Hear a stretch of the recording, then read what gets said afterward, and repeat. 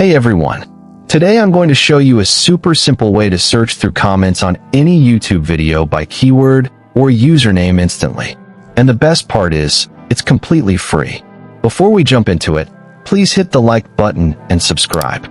And definitely check the description for some helpful tools I've added for you. To get started, first open the YouTube Comment Finder tool using the link I've added in the description box.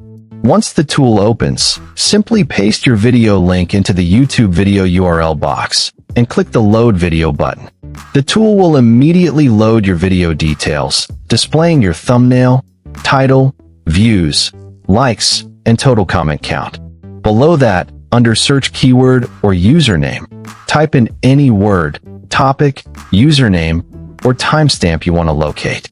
You can also check Include Replies if you want to search through comment replies as well. Once configured, click the Search Comments button.